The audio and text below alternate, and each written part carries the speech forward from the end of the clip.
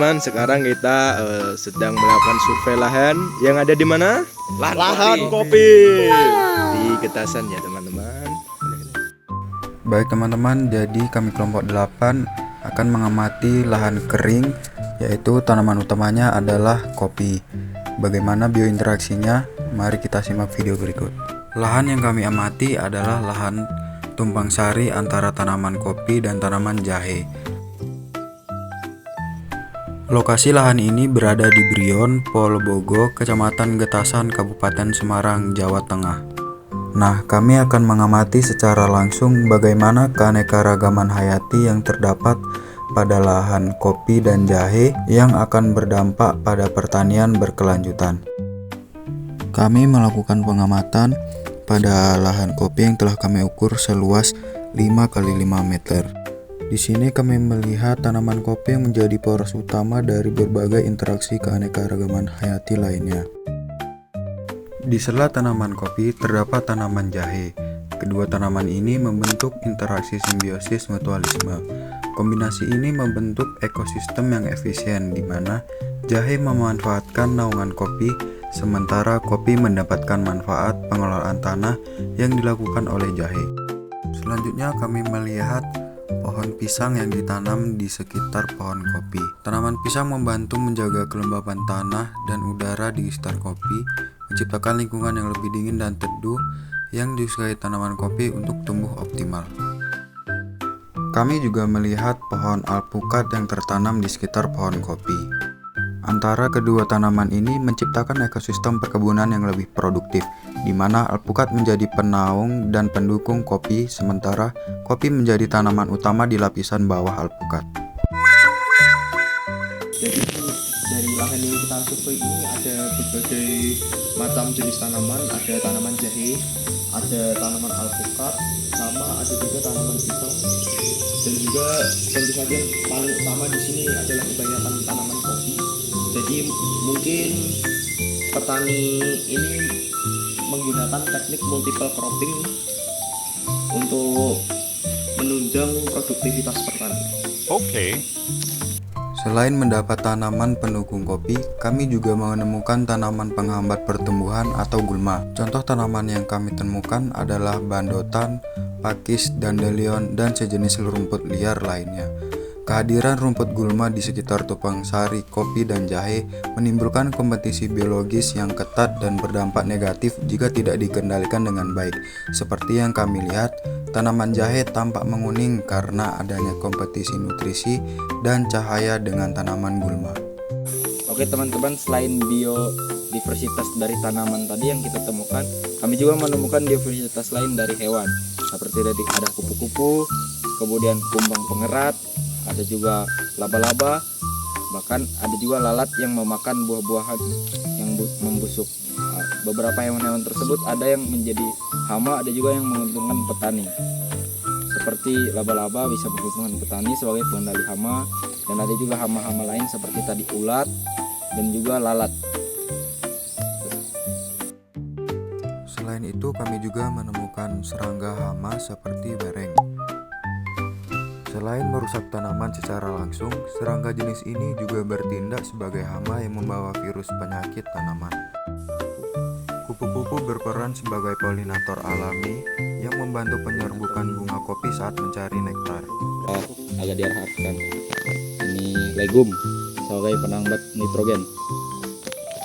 Oke. Di sini kami menemukan belalang sebagai hama bagi tanaman kopi yang akan merusak daun maupun biji kopi. Oke, halo teman-teman. Kali ini kita sedang ada di Desa Asinan. Kali ini kita akan review lagi, mensurvei lagi salah satu lahan.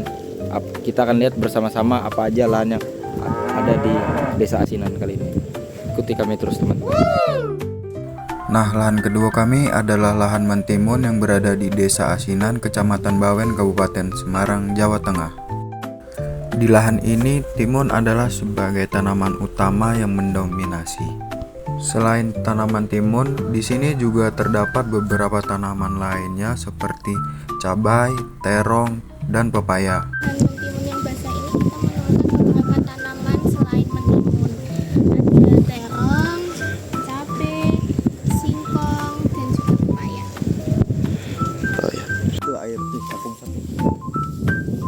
Dengan metode dan jarak tanam yang benar, tanaman yang berada di lahan timun dapat tumbuh baik tanpa adanya kompetisi.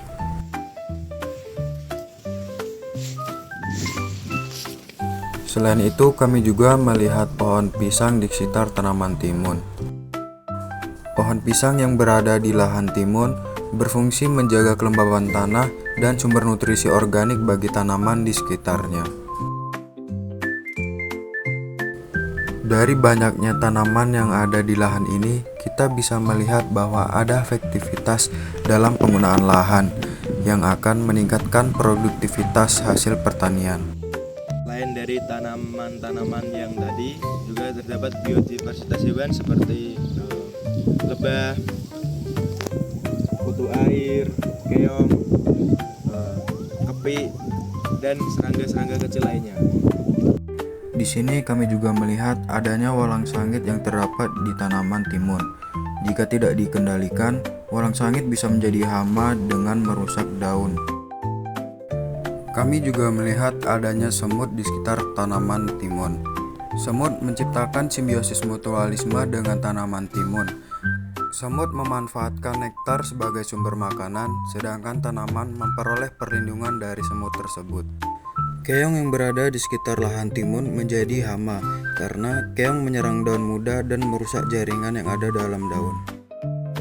Di sekitar irigasi lahan tersebut terdapat pula telur keong yang jika tidak diterkendalikan dapat menambah populasi keong.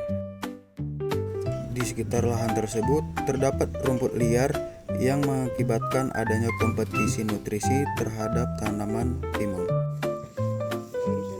Selain hewan yang menjadi hama yang kami dapatkan, kami juga menemukan hewan predasi seperti kumbang. Kumbang menjadi predator serangga yang memainkan peran kunci dalam keseimbangan ekosistem dengan mengontrol populasi hama secara alami.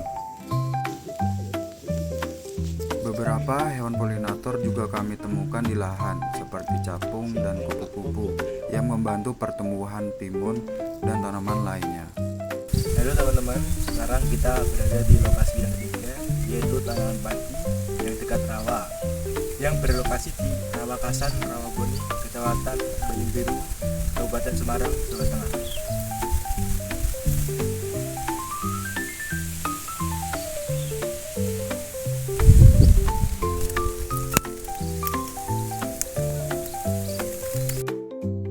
Nah, baik teman-teman, jadi di lahan yang ketiga ini kami meneliti di lahan padi yang berdekatan dengan ekosistem rawa. Bagaimana biointeraksi dan keanekaragaman hayatinya? Mari kita simak videonya. Baik, luas lahan padi yang kami amati saat ini berukuran 5 x 5 meter yang telah kami ukur. Tanaman utama di ekosistem ini adalah padi. Padi tidak hanya menghasilkan bahan pangan pokok, tetapi juga sebagai pusat interaksi dari ekosistem di sekitarnya. Pohon pisang yang terdapat di samping lahan padi menciptakan efisiensi sumber daya dan sebagai pupuk. Di sela tanaman padi terdapat pula tanaman marsilea dan apu-apu. Tanaman ini menjadi gulma karena menghambat pertumbuhan padi. Di lahan ini terdapat pula walang sangit yang menjadi hama bagi padi. Walang sangit merupakan hama pengisap yang menyerang bulir padi sehingga menyebabkan biji padi menjadi hampa, berubah warna, dan menurunkan kualitas hasil panen. Keong sawah atau tutut dapat memakan bibit padi dan akar muda. Ini akan menurunkan kualitas pertumbuhan padi jika populasi tidak terkendalikan. Laba-laba merupakan predator generalis bagi hama padi melalui jaring atau pemburuan aktif. Di seberang lahan padi, tumbuh pula pohon kelapa yang menciptakan mikroklimat, memberi tempat bertengger bagi serangga seperti capung, serta menjaga kualitas tanah.